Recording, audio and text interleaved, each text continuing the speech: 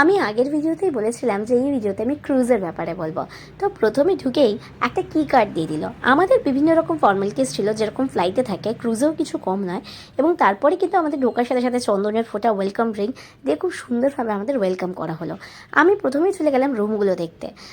ক্রুজের ভেতরেই 8 ফ্লোরে আমাদের রুম ছিল। 8 ফ্লোর নয়, 3rd ফ্লোর বা 5th ফ্লোরে আমাদের রুম ছিল।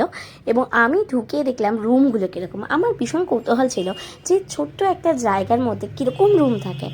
জায়গাটা কিন্তু প্রথমত ছোট নয়, বিশাল বড়। এবং রুমগুলো ভীষণ সুন্দর, দুটো পরিপাটি করে বিছানা পাতা এবং তার একটা ইনস্ট্রাকশন রুলও রয়েছে। তার সাথে বলি, তার মধ্যে একটা ছোট্ট ওয়াশরুম ছিল। আমি নেমেই আগে ওয়াশরুমটা দেখে নিলাম। ওয়াশরুমটা কিন্তু ছোট হলেও ভীষণ পরিপাটি এবং আধুনিক সরঞ্জামে গোছানো গাছানো। তার সাথে আমি দেখলাম একটা ওয়ার্ড্রোব আছে। ওয়ার্ড্রোবের মধ্যে লাইফ জ্যাকেট এবং আরও কিছু সরঞ্জাম রয়েছে, যেগুলো খুবই দরকারি আমাদের নিত্য নৈমিত্তিক জীবনে। আস্তে আস্তে সন্ধ্যা ঘনিয়ে আসে এবং সন্ধ্যাবেলা দারুণ লাগে। পরের ভিডিওতে ক্রুজের দিনগুলো শেয়ার করব। ভালো থেকো।